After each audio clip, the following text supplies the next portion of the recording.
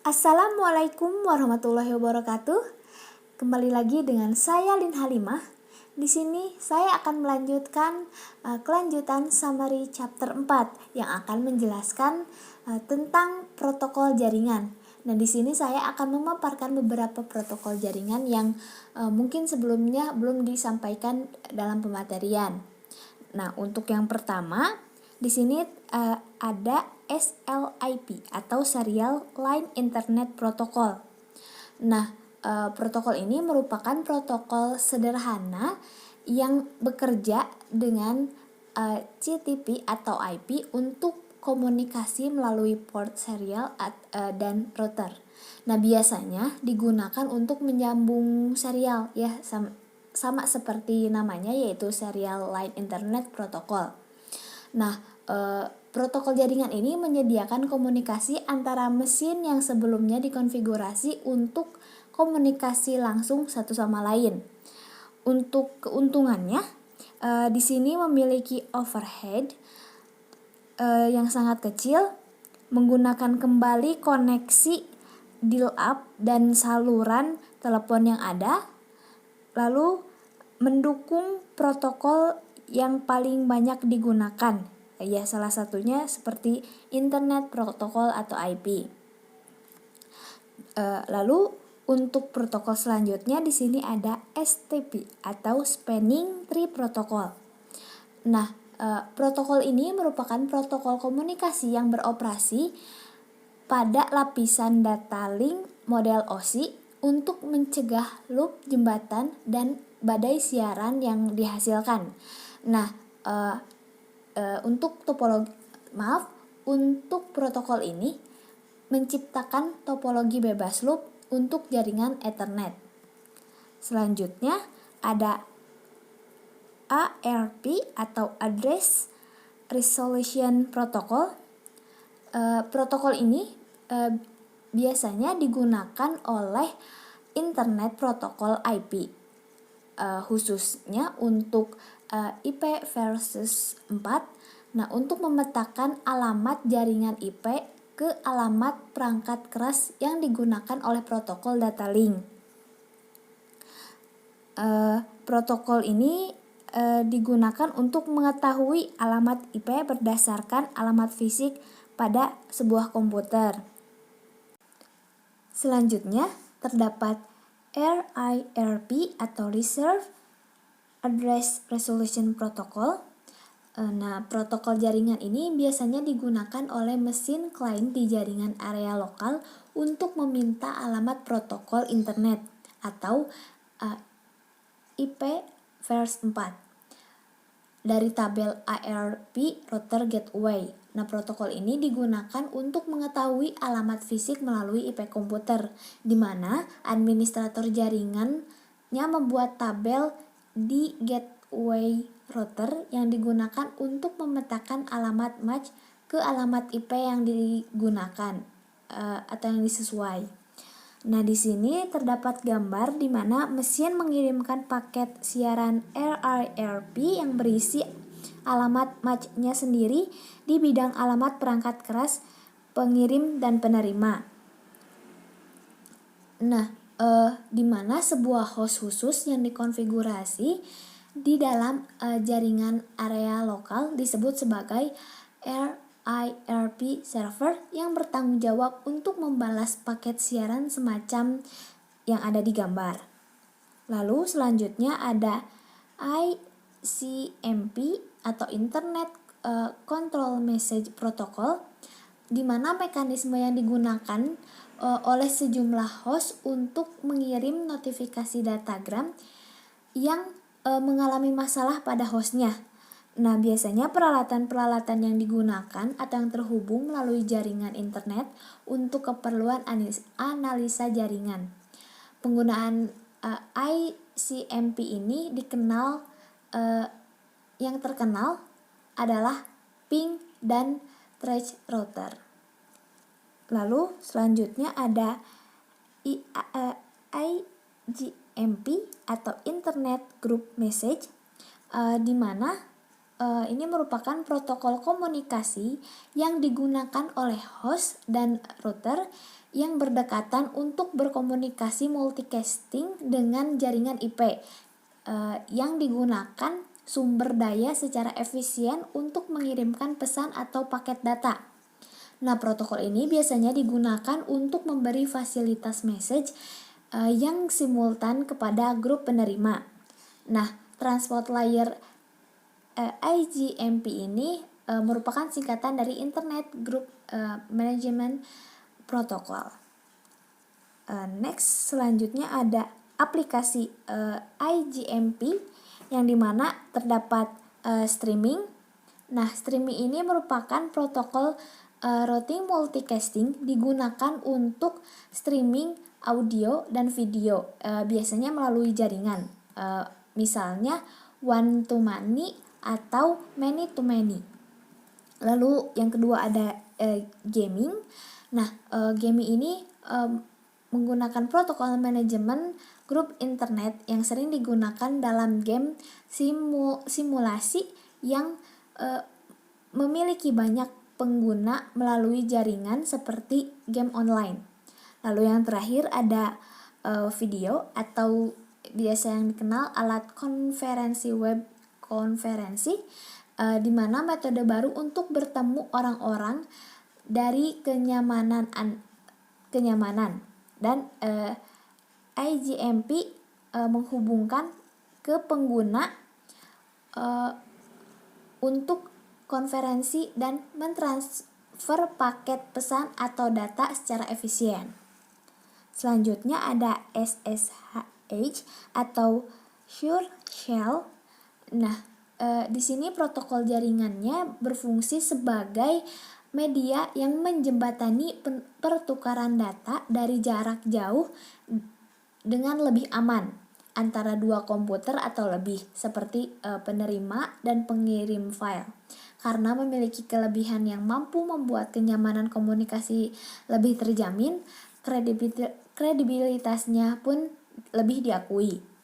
Lalu selanjutnya ada SSL atau Secure Layer, yang dimana merupakan protokol penyandang predikat sebagai protokol dengan kemampuan enskripsi tingkat tinggi.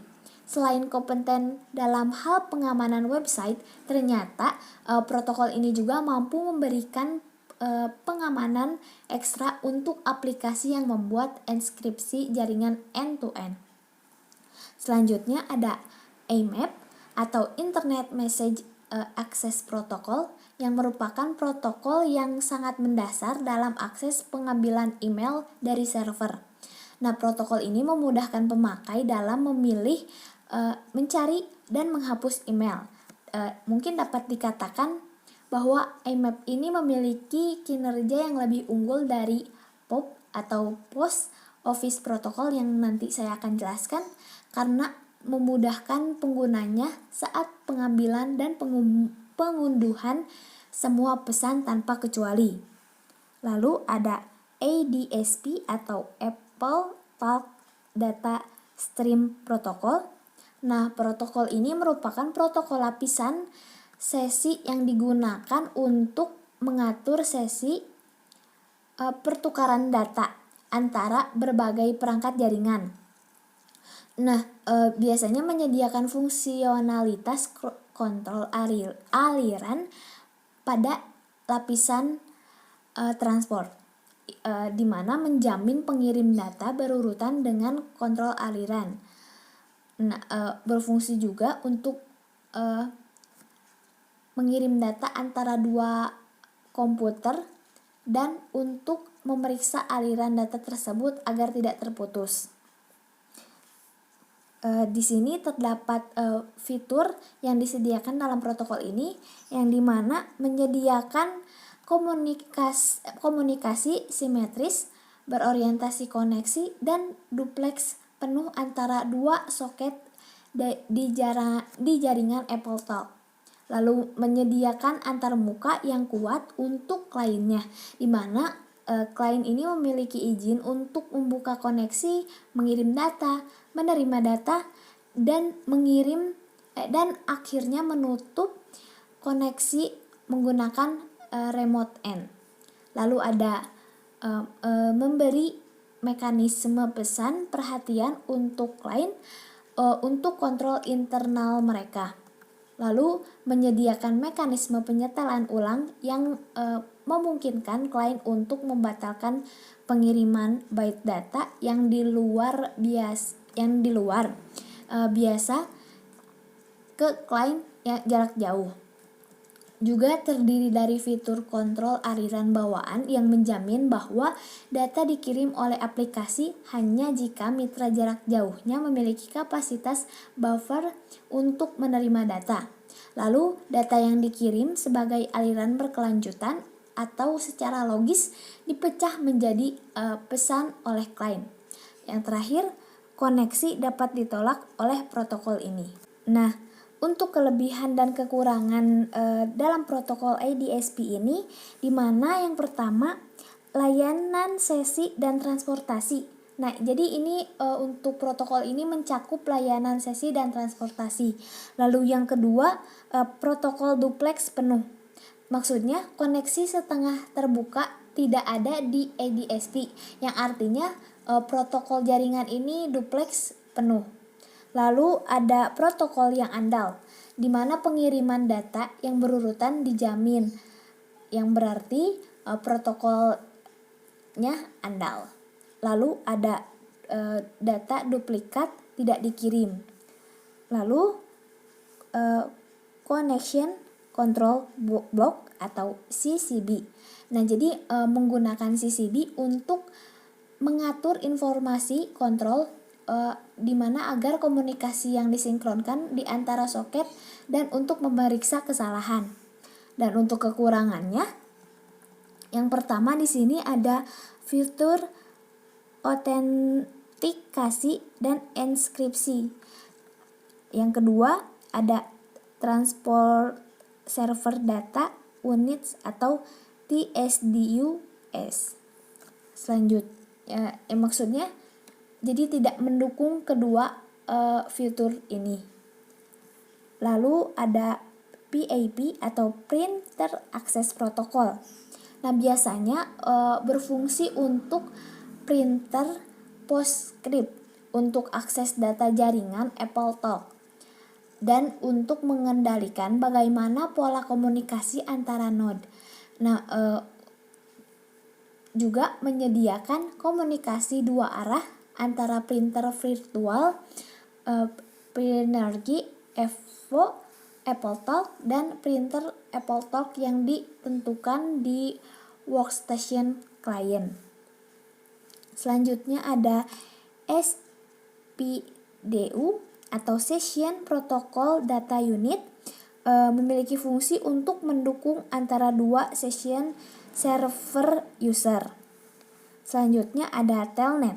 Nah, Telnet ini merupakan protokol jaringan dalam sambungan internet atau local area network atau LAN. Nah, di sini memiliki standar internet pertama yang berkembang pada tahun 1969. Namun untuk prakteknya banyak memiliki kekurangan dan beresiko pada sistem keamanan. Protokol ini juga biasa digunakan untuk akses remote masuk ke suatu host data berjalan secara line text. Selanjutnya ada SMTP,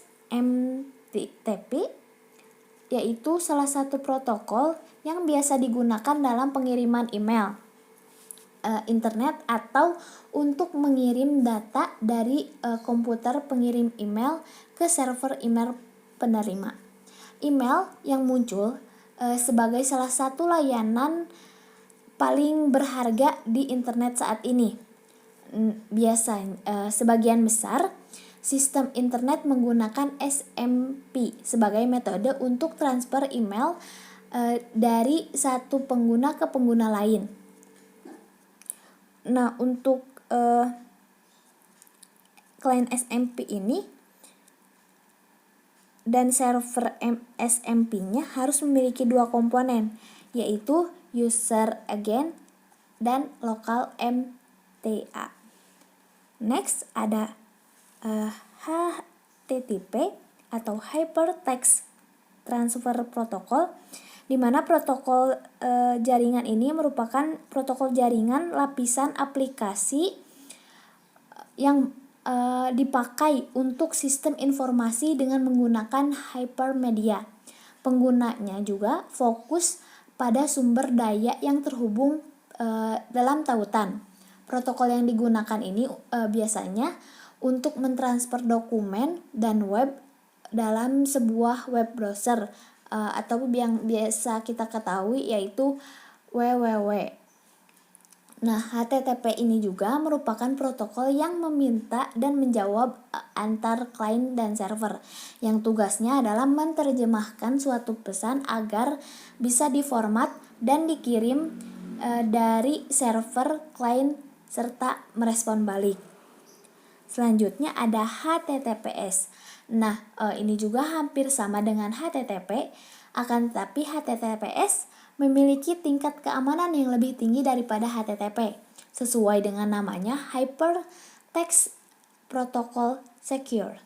Nah, protokol komunikasi ini melindungi integritas dan kerahasiaan data pengguna antar komputer dan situs, sehingga ada baiknya kita mengadopsi HTTPS untuk melindungi koneksi pengguna situs. Untuk protokol selanjutnya ada FTP atau File Transfer Protocol. Nah, protokol internet yang berjalan dalam layar aplikasi yang merupakan standar untuk mentransfer file komputer antar mesin-mesin dalam sebuah jaringan internet. Nah, FTP ini hanya bisa digunakan menggunakan username dan password yang dikirim dalam bentuk yang tidak mudah dibaca.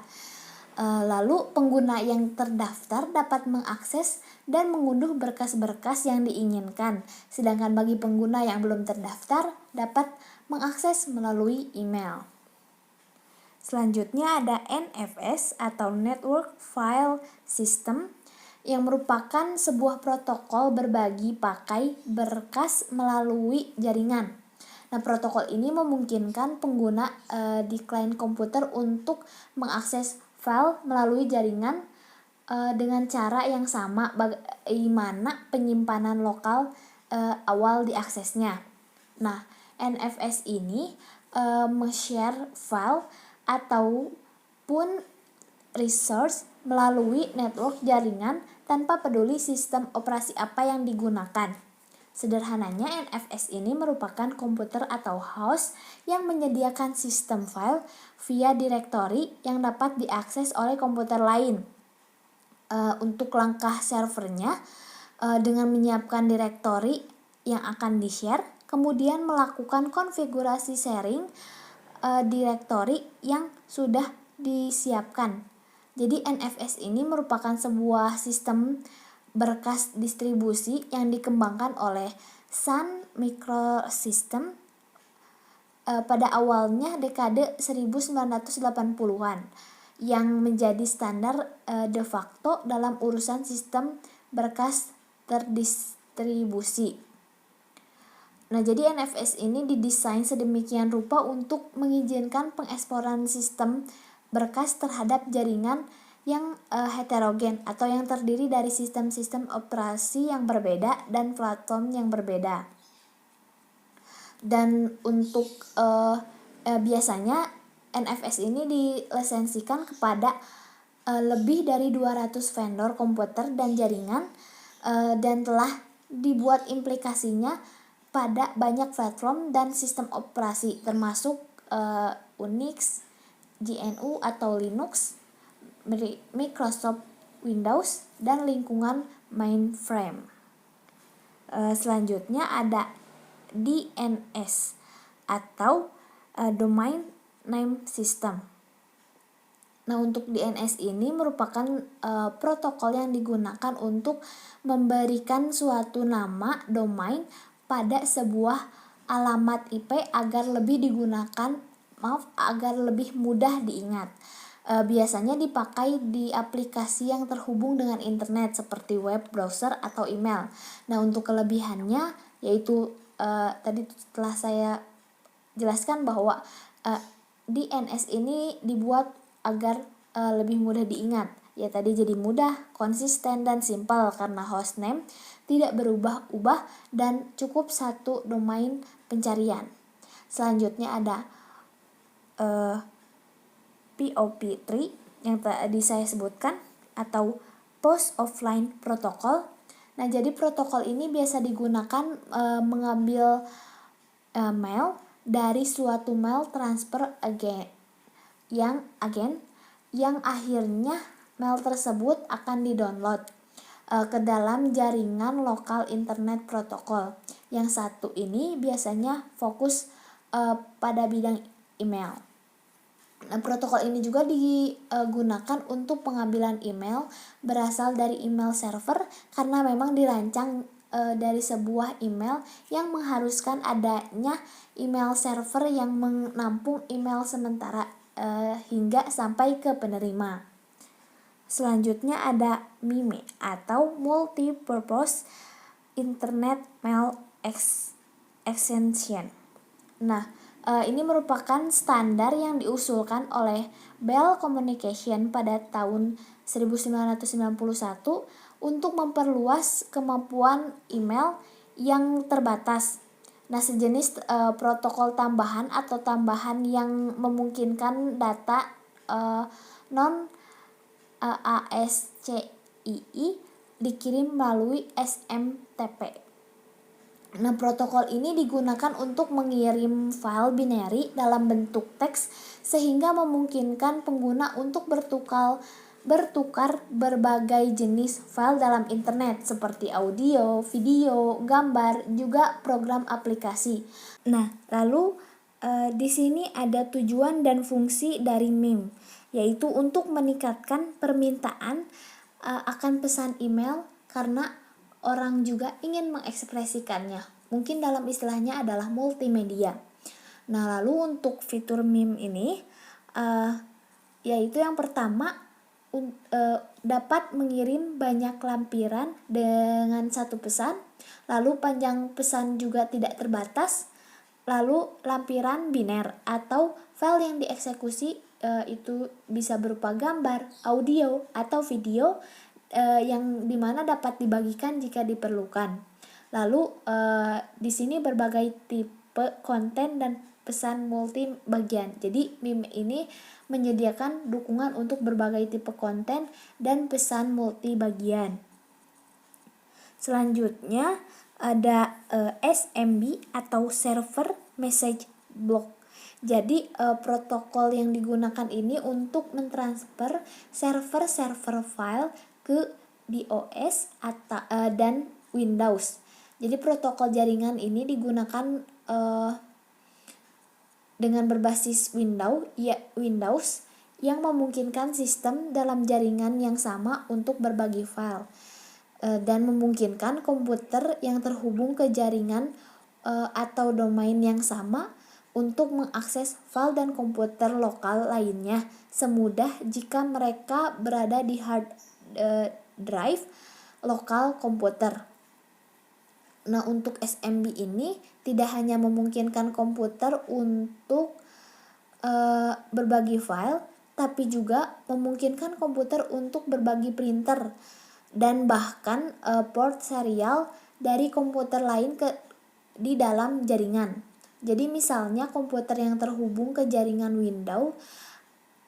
Windows dapat mencetak dokumen pada printer yang terhubung ke komputer lain di jaringan selama kedua mesin mendukung protokol ini. Meskipun mungkin pada awalnya SMB ini dikembangkan untuk Windows, tapi juga bahkan bisa digunakan termasuk Unix dan Mac OS X. Nah, jadi penggunaan implementasi perangkat lunaknya juga disebut dengan Samba. Lalu next ada NNTP atau Network News Transfer Protocol. Nah, protokol ini didasari oleh Usenet yang merupakan sistem diskusi di seluruh dunia yang berisi posting atau artikel yang dikenal sebagai berita. Nah, protokol ini digunakan untuk menerima dan mengirim news group atau mentransfer berita dari satu jaringan ke jaringan lainnya. Jadi klien NNP ini disertakan dalam browser seperti Netscape, Opera, dan Internet Explorer atau aplikasi khusus yang merupakan sebuah aplikasi pembaca berita. Lalu biasa digunakan sebagai klien NNP. Nah, server NNP juga mengelola jaringan global grup berita. Jadi dirancang mirip seperti SMTP atau Simple Mail Transfer Protocol.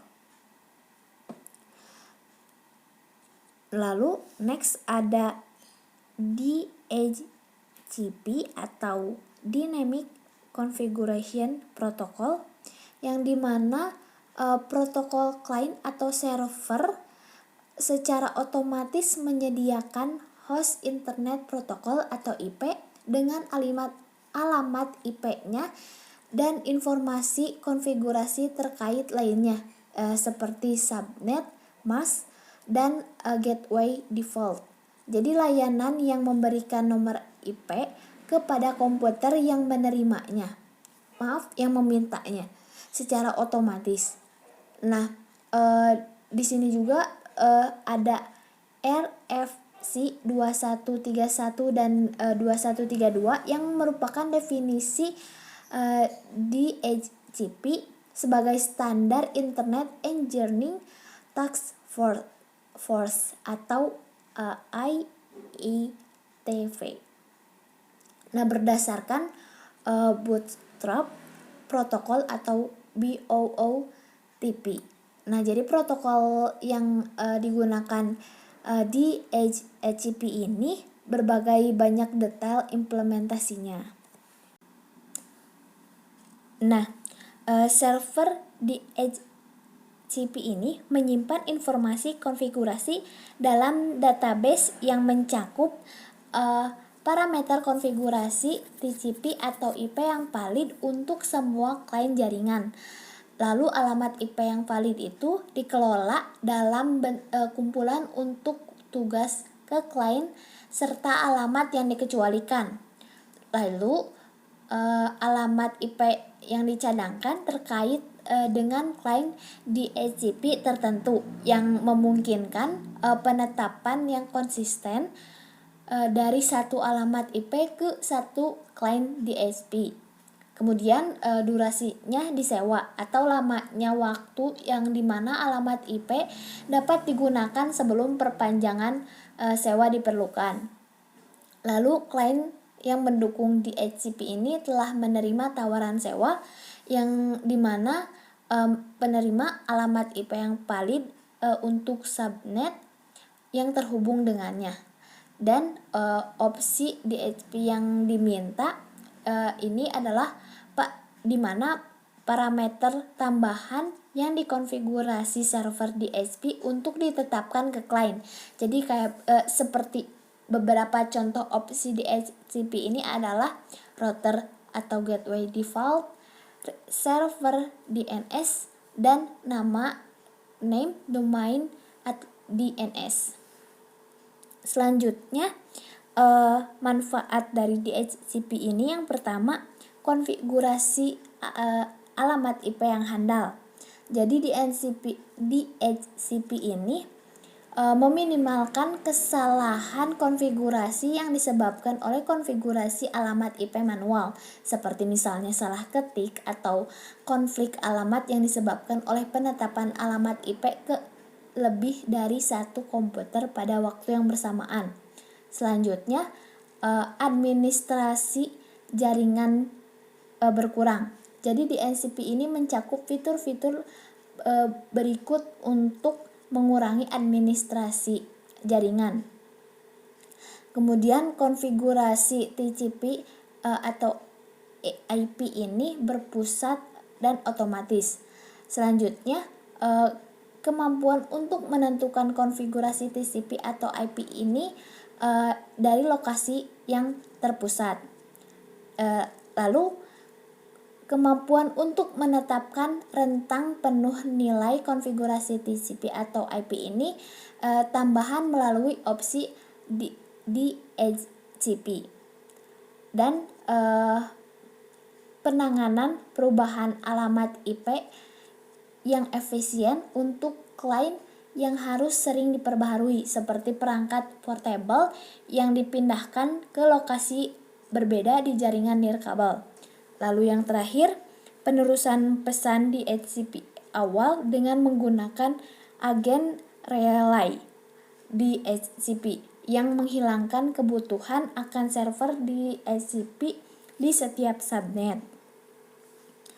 Nah, mungkin cukup sekian penjelasan mengenai protokol jaringan yang telah saya paparkan sebelumnya. Terima kasih. Mohon maaf apabila ada kesalahan. Wabillahi taufiq wal hidayah. Wassalamualaikum warahmatullahi wabarakatuh.